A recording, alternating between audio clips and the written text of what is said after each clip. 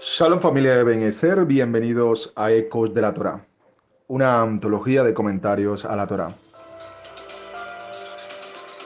Baruch atah Adonai noten haTorá. Entremos al comentario número 4 de esta doble porción que estamos estudiando esta semana, la parashá Vayakel Pekudei. Vamos a ingresar entonces a la parashá Pekudei, en el desarrollo de estos comentarios que siguen. Esta sidra empieza con la enumeración detallada de las cantidades de oro, plata y cobre que fueron contribuidas para la construcción del tabernáculo, a pesar de que los metales habían sido confiados al cuidado de Moshe y estaban bajo la supervisión de Betzalel. Gente reconocida por el pueblo por su grandeza e integridad intachables, sobre lo cual Dios mismo había dado testimonio. Moshe confeccionó un inventario detallado de todas las entradas y el empleo que se le dio a tales contribuciones. Ello se debió a que no quiso dejar nada al azar. Los líderes deben estar siempre por encima de toda sospecha, siendo transparentes respecto a todo fondo que recaben. El Seforno comenta que el tabernáculo y sus componentes individuales poseían tanta santidad que sobrevivieron intactos al paso del tiempo y los conflictos bélicos, a diferencia de los dos templos que fueron saqueados y destruidos.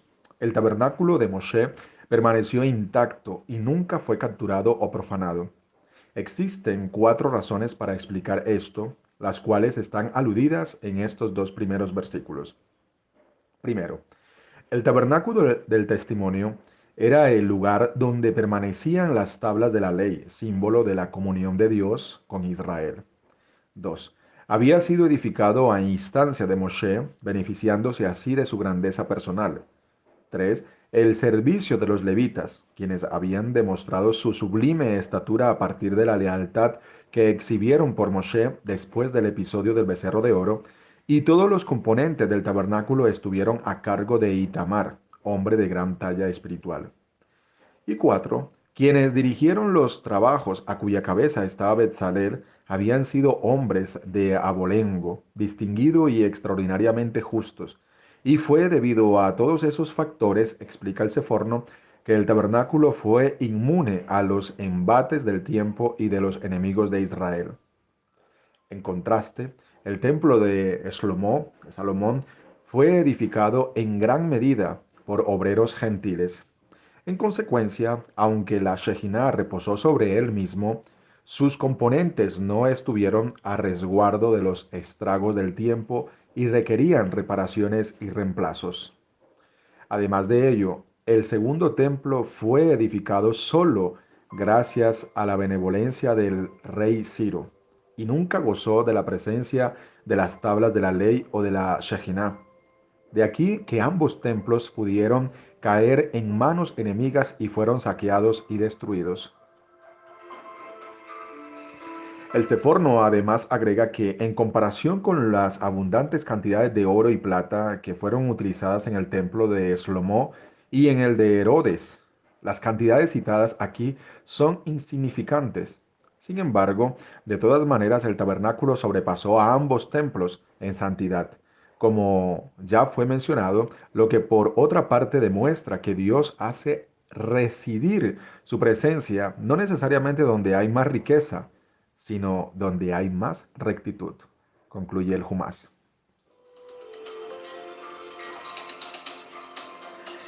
Capítulo 38, versículo 21 de Shemot, Éxodo. Este es el recuento de los materiales empleados para la construcción del Mizkan, tabernáculo. El Mizkan del testimonio, testimonio de que Hashem les perdonó la falta con el becerro de oro, de acuerdo a la cuenta realizada por orden de Moshe. Los levitas hicieron el recuento bajo la dirección de Itamar, hijo del sacerdote Aarón. El Pekudei se traduce como este es el cómputo o recuento. Esto quiere decir el cálculo de la plata, el oro y el cobre. Por orden de Moshe fueron calculados los gastos totales de la construcción del santuario. La obra fue inspeccionada y aprobada por él mismo, que luego bendijo al pueblo por su aporte a ese magnífico logro. El primer día del mes de Nisan, casi un año después de la partida de los israelitas de Egipto, fue erigido el Mishkan bajo la supervisión personal de Moshe y los elementos fueron dispuestos en su interior en el orden prescrito. En la porción Pekudei hay una repetición de historias que ocurrieron en dos segmentos anteriores, la historia de la construcción del tabernáculo y las vestiduras del sumo sacerdote. Pekudei va en paralelo con la sección Tetzabeh, como Vayakhel, y a la porción Terumá. En esta lectura de esta última del Sefer Shemot, se habla del cómputo final de todas las donaciones que hicieron los Bene Israel para el tabernáculo. Por su parte, el Rab Ber explica que recuento no es la mejor traducción para la expresión Pekudei.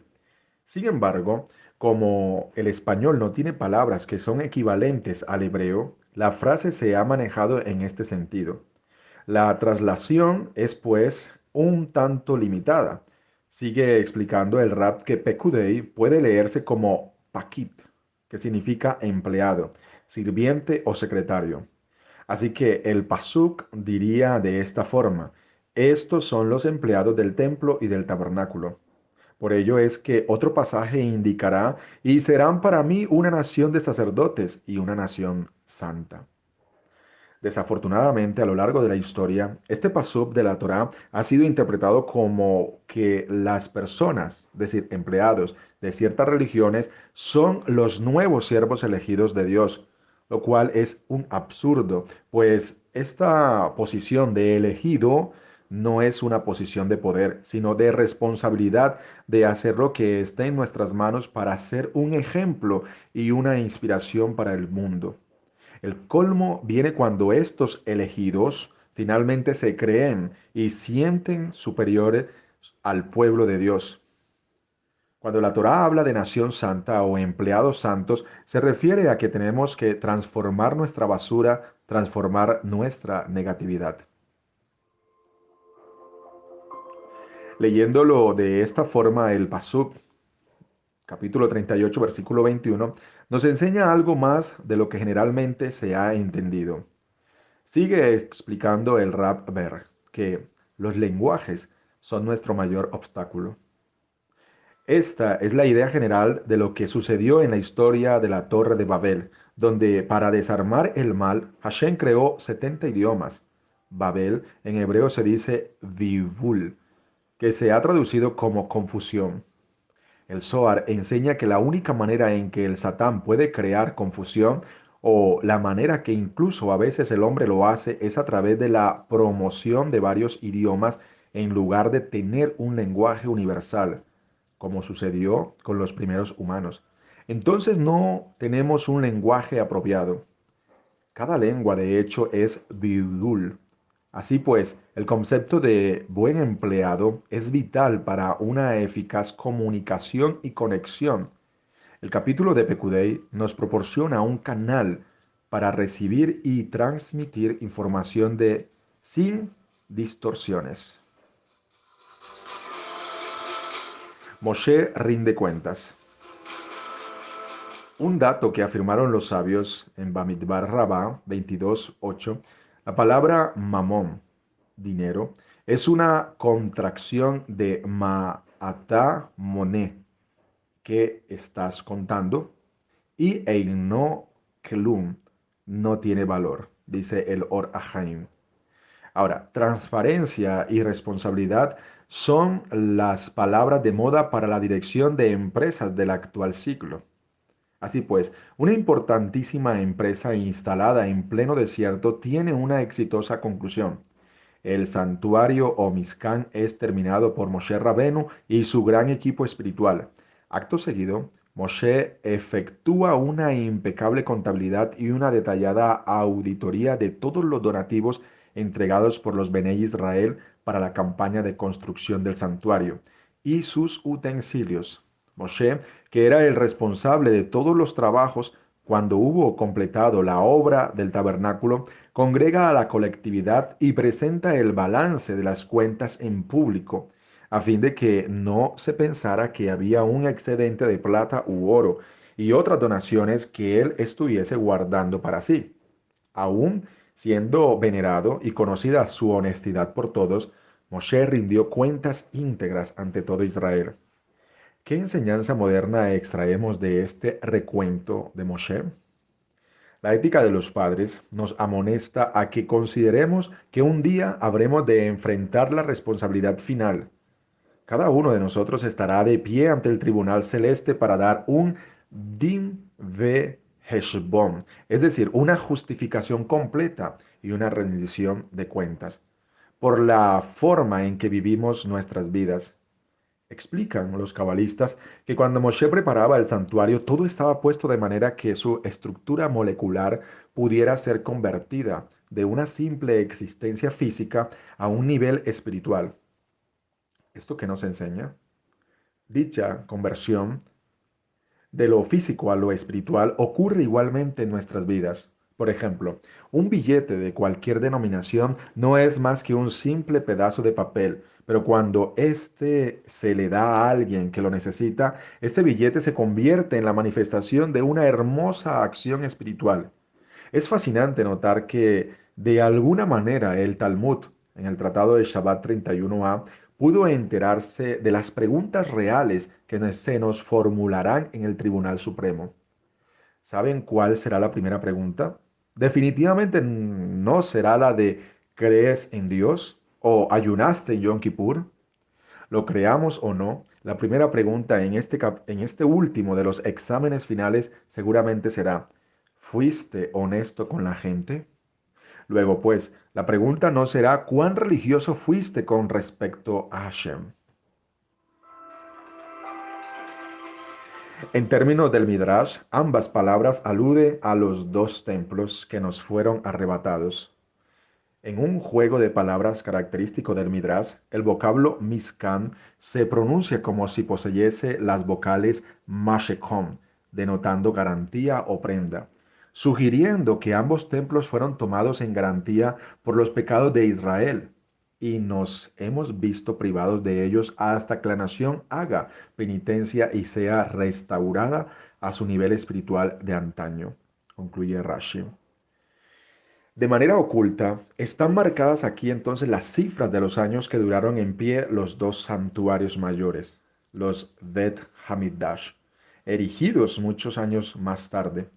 El primero duró 410 años, exactamente lo que suma la palabra Mizkan.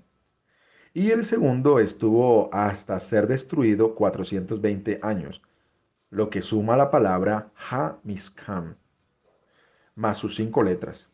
Es para señalar esta velada revelación que el versículo repite 2 veces la expresión Mishkan, aludiendo a los dos templos sagrados que existirían.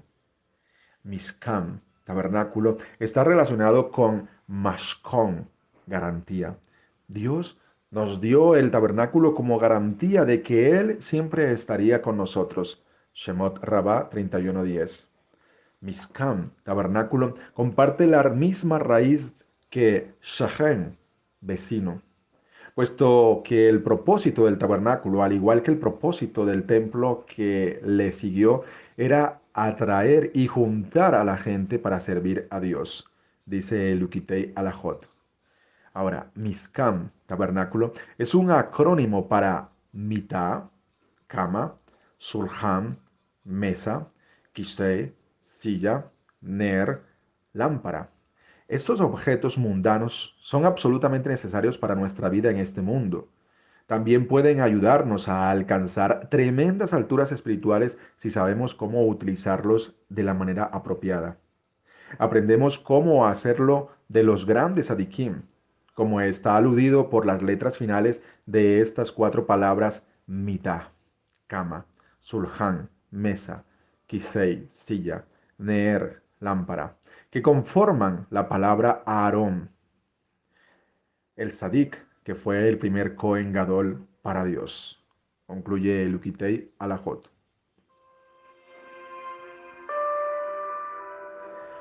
Mizkan, el tabernáculo, connota ha-mash, shaha, acercarse a Dios.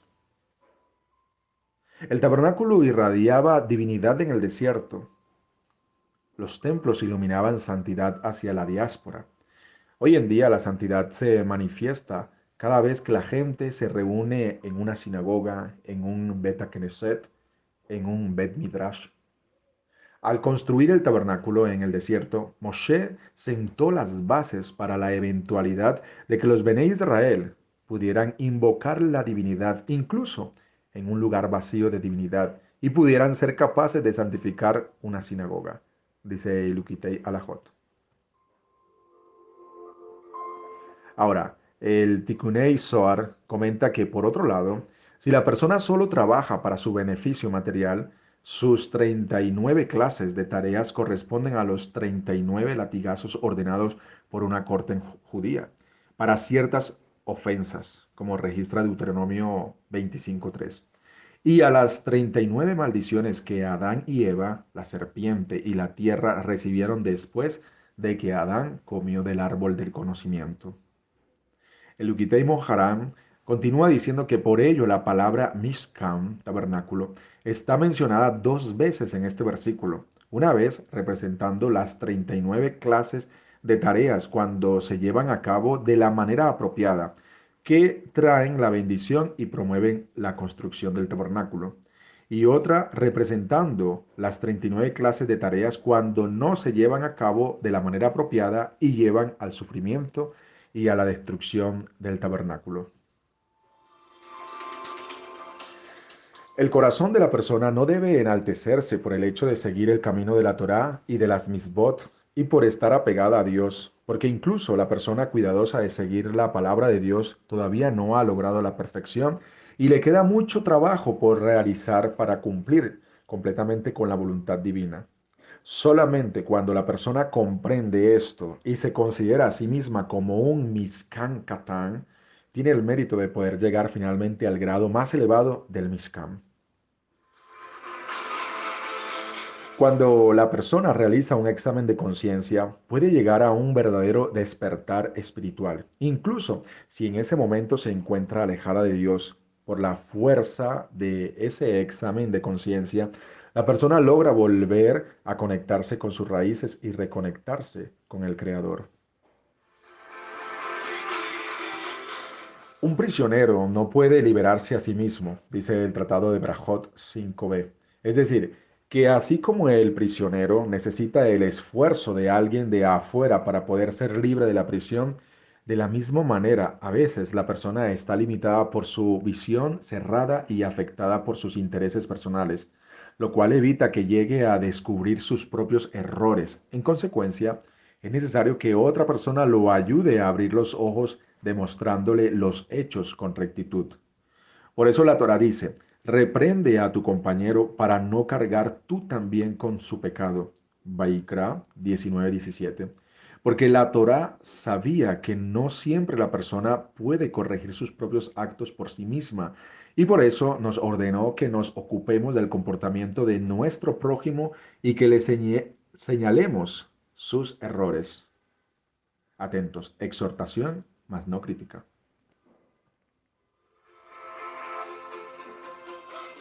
Cuando la persona demuestra responsabilidad por sí misma y trata por todos los medios posibles de mojarse, mejorarse y elevarse, entonces tendrá el mérito de recibir ayuda divina para elevarse al grado de Miskam, en el cual reposa la presencia divina. El tabernáculo es llamado también la tienda de reunión y la Gemara, en el Tratado de Berajot 63b, aprende a partir de este versículo de la Torá que habla acerca de una persona que muere en la tienda, que la Torá se mantiene solamente en aquel que está dispuesto a morir en la tienda donde estudia. Esta es la razón por la cual el tabernáculo es llamado tienda de reunión, para enseñarle a la persona a entregar su vida por la Torá. Dijo el rey David, mi alma ansía y suspira por los atrios del Eterno. Salmo 84:3. ¿A qué se refiere al decir ansía y suspira? La palabra en hebreo que significa ansía es nisseja, la cual tiene la misma raíz que la palabra kesef, dinero. El rey David nos está enseñando que el dinero se acaba como un suspiro, pero su amor es hacia la Torá, que es eterna, y no hacia el dinero, que es algo efímero, dice la Torá David. La persona tiene prohibido ahorrar actos y misbot. Solamente a través de la fuerza de la Sagrada Torá, la persona puede llegar a tener buenas cualidades, asentar los fundamentos de su hogar y poder llegar a elevarlo a través de largos y buenos años compartidos con su esposa. Pero que Dios no lo permita. Si no sigue el camino de la Torá, sino que corrompe sus cualidades, entonces finalmente su hogar tendrá un final tan amargo como el del templo que fue destruido a causa del odio gratuito.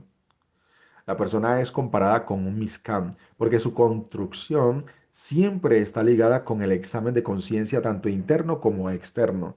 Y la persona debe amar a la Torá y a Dios tanto como quiere el dinero. Y tal como cuida sus posesiones, debe cuidar también su espiritualidad y revisar siempre sus actos.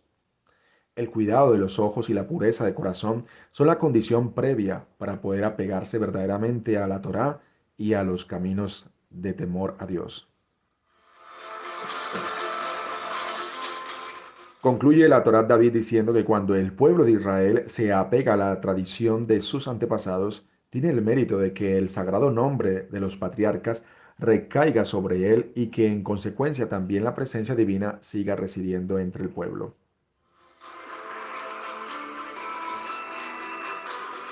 Moshe dio la orden para rendir cuentas ante todo el pueblo de cómo se había utilizado el material donado para la obra del Eterno. No solo el pueblo de Israel podía ver estas cuentas, sino todo el mundo que tiene acceso a la Torá para ver cómo Moshe había administrado el oro, la plata, el cobre, las piedras preciosas y los demás objetos de valor. Esto nos enseña la importancia de tener cuentas claras en la congregación y en la administración pública de cualquier organización. Moshe tuvo la iniciativa para hacer esta rendición de cuentas ante el pueblo, para que nadie le acusara de corrupto. En ningún momento dio la oportunidad para que el pueblo pensara que él se había hecho rico a costa de los donativos a la obra del Eterno, como está escrito en Números 16:15. No he tomado de ellos ni un solo asno, ni he hecho daño a ninguno de ellos. Moshe podía haber reclamado el asno que usó para ir a Midian, a Egipto, de Midian a Egipto, cuando fue llamado a servir en la obra del Eterno. Éxodo 4:20. Él entregó su propiedad personal para cumplir con la tarea de sacar al pueblo de la esclavitud y no la reclamó después, aunque tenía todo el derecho para ello. El procedimiento de Moshe en relación con los objetos de valor del tabernáculo es un ejemplo para todo líder que administra el dinero y especialmente el dinero que ha sido donado para la obra del Eterno. Si no administramos bien nuestra economía privada y la colectiva, no vamos a poder administrar las manifestaciones espirituales. Si no hemos sido fieles con las riquezas de este mundo, ¿cómo vamos a poder ser fieles con las verdaderas riquezas? Como está escrito en Lucas capítulo 16, versículo 10 al 12. El que es fiel en lo muy poco, es fiel también en lo mucho. Y el que es injusto en lo muy poco, también es injusto en lo mucho. Por tanto, si no habéis sido fieles en el uso de las riquezas injustas, ¿quién os confiará las riquezas verdaderas? Si no habéis sido fieles en el uso de lo ajeno, ¿quién os dará lo que es vuestro? El texto nos enseña que no vamos a poder recibir los dones del Espíritu si no somos fieles en la economía. Un líder que se aprovecha de la obra del Eterno para su propia ganancia es objeto de la ira del Mashiach, como está escrito en Juan capítulo 2 versículo 13 al 16. La Pascua de los judíos estaba cerca, y Yeshua subió a Jerusalén y encontró en el templo a los que vendían bueyes, ovejas y palomas, y a los que cambiaban dinero allí sentados, y haciendo un azote de cuerdas, echó a todos fuera del templo.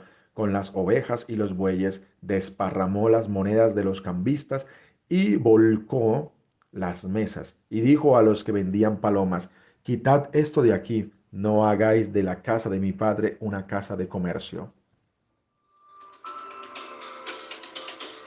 La ira del Mesías no fue contra personas sinceras que querían ofrecer al pueblo la posibilidad de comprar su animal para el sacrificio, que no había podido traer de lejos, o cambiar sus monedas. Su ira, que venía del Padre, fue por otras cosas, principalmente tres. Uno, en lugar de quedarse por respeto al santuario, parece que habían entrado en el área del templo. 2. En lugar de ofrecer precios normales, los subían y así abusaban de los adoradores que venían para ofrendar al Eterno. Y 3. En lugar de servir al pueblo con amor, se aprovechaban para enriquecerse económicamente de la obra del Eterno. El último punto es la razón de mayor ira del Mashiach. Hay de aquellos líderes que ven la obra del Eterno como un medio de ganancia económica personal. Hechos capítulo 8 versículo 20, Primera de Timoteo capítulo 6 versículo 5 y Primera de Pedro capítulo 5 versículo 1 al 2. Es cierto que el que predica las buenas nuevas debe vivir de ello, como está escrito en Primera de Corintios 9:14. Así también ordenó el Señor que los que proclaman las buenas nuevas vivan de las buenas nuevas. Pero no es lo mismo vivir para tener lo necesario que enriquecerse a costa de los demás. Un líder que se dedica a dirigir y enseñar debe recibir un salario por ello, como está escrito en 1 de Timoteo 5:17. Los ancianos que gobiernan bien sean considerados dignos de doble honor, principalmente los que trabajan en la predicación y en la enseñanza. La expresión doble honor se refiere al honor por ser líder o anciano y el honor por recibir remuneración económica por su labor. Hebreos 5:4, Romanos 13:7, Mateo 15, versículos 4 al 6 y Primera de Timoteo, capítulo 5, versículo 3 al 4. Si una comunidad no honra a su líder más que a las cosas materiales, no va a prosperar. Por ahorrar unos pesos, se descuida algo importante y sus posesiones no son bendecidas.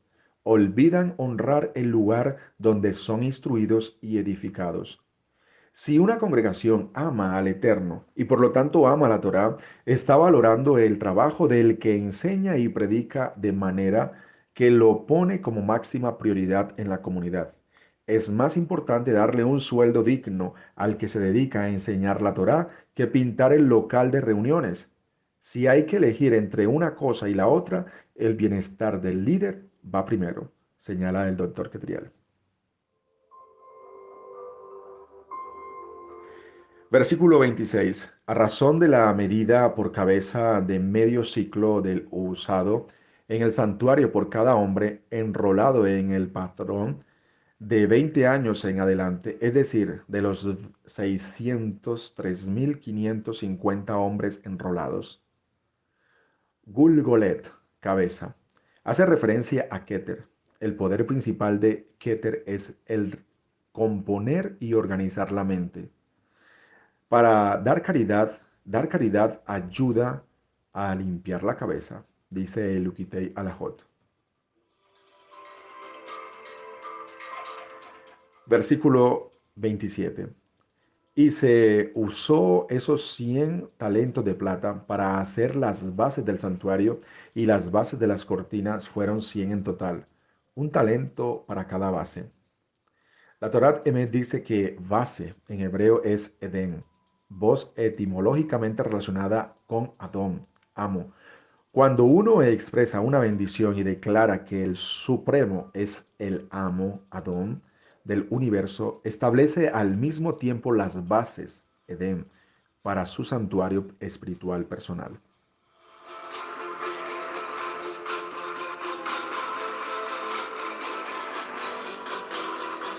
Versículo 30. Se hizo con ese cobre las bases de las puertas del recinto sagrado y el altar con su enrejado de cobre y además todos los implementos del altar. Llama la atención que sobre el oro que había sido donado no se haya dado un informe detallado para qué partes y objetos fue utilizado, cosa que sí se hace y minuciosamente con la plata y el cobre. Existen dos explicaciones sobre el particular, una sencilla y otra más profunda.